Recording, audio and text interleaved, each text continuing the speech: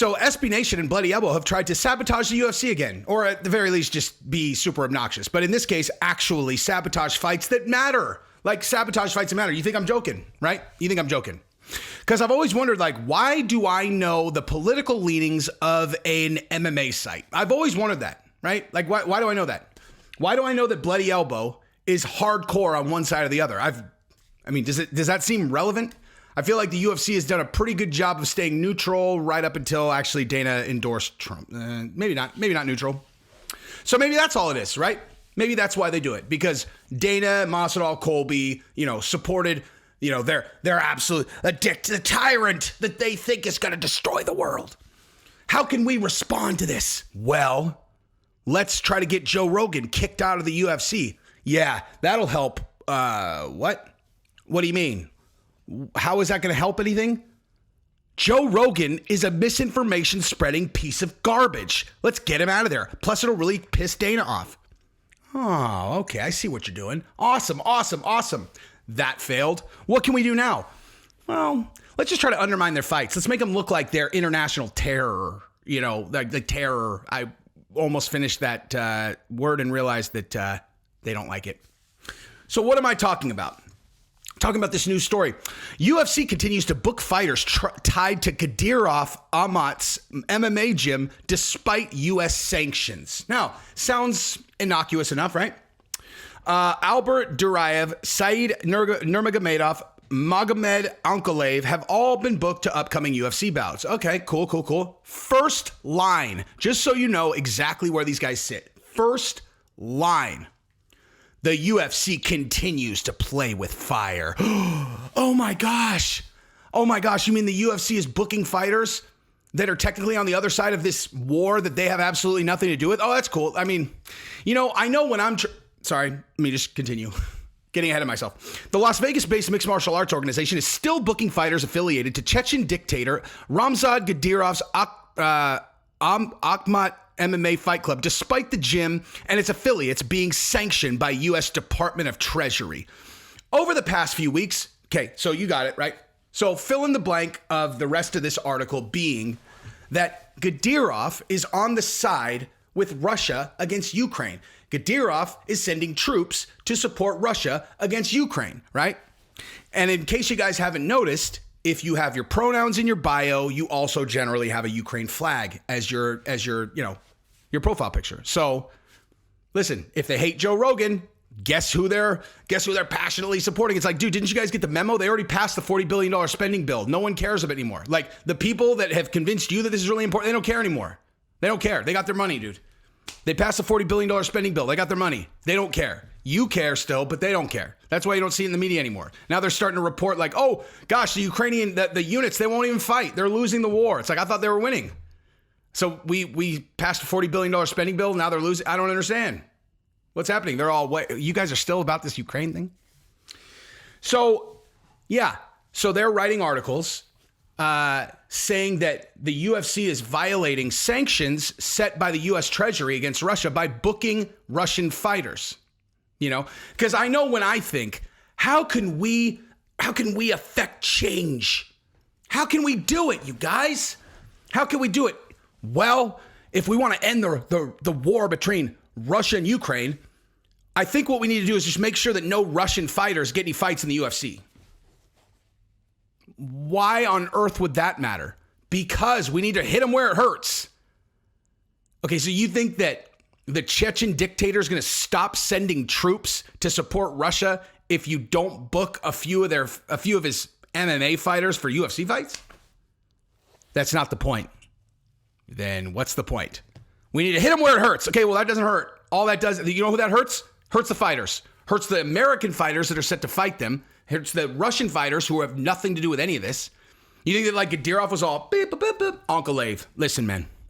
I'm thinking about supporting Putin in this Ukraine invasion. What do you think I should do? And Ankalaev's like, listen, there's one thing to consider. I'm supposed to fight Anthony Smith July 30th, and if you do give support, it's highly possible that they might not allow me to fight. Kadyrov's like, that's something that I'm going to have to take into account. Not. What are we talking about? Why are you writing this article? Why? What are you doing? What are you trying to accomplish with this article? Except throwing salt on fights. I don't understand. You know? Gajirov's Fight Club is operated by blah, blah, blah, blah, blah, blah, blah, one of the most powerful men in Chechnya, who's also sanctioned by the U.S. Treasury for extrajudicial killings, torture, and other gross violations of internationally recognized human rights. Human rights violations. So what?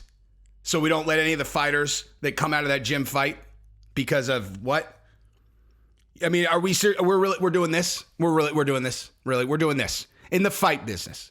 Okay, in the fight business, we're going to start tracing who funds the gyms, and then we're going to block fighters who come from those gyms from fighting in the UFC. Good luck finding a clean gym outside of like Extreme Couture and Trevor Whitman's gym. Okay, like you start going overseas, start looking into combat sports. Okay, they all got their funding somewhere, and generally, the kinds of people who are interested in violence tend to be people who are interested in violence. I mean, geez, man. Come on. Okay, this is stupid.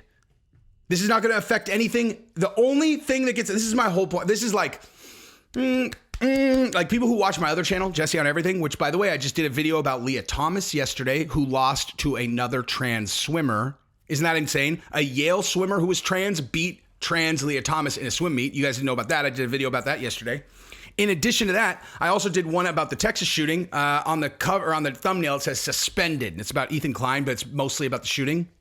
And I'm going to do one today about the Amber Heard and Johnny Depp trial.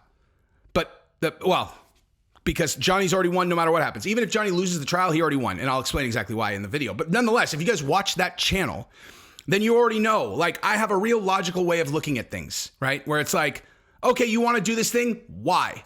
Why do you want to do that? Because usually, if they want to do a thing, you could trace it to something that benefits them if they're a smart person, right? So like when like the elites want to do something, it's because they're smart, okay? Like they're smart people. Now that doesn't usually, bode very well for you, but at least you can go, okay, I know why they want to do that. I know why they're blocking that, okay? Because if they do that, then this, then that, and they benefit, okay? My biggest pet peeve are morons, okay? Like I can't with morons, dude.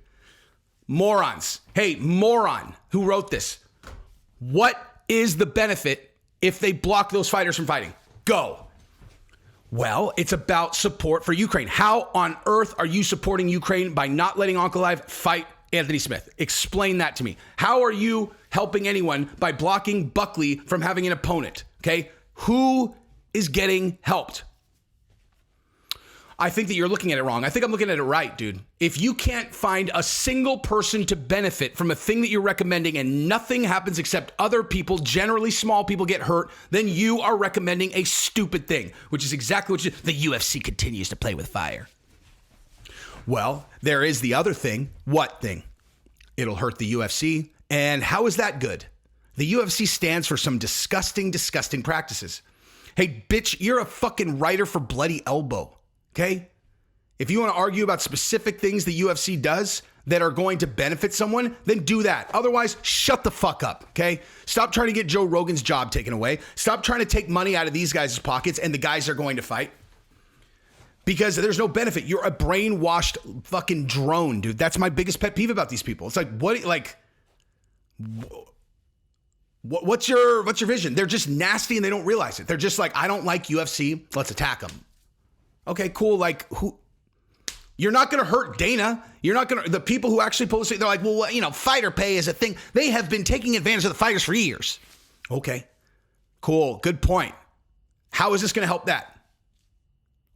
I just think it's part of a pattern. How is this going to help that?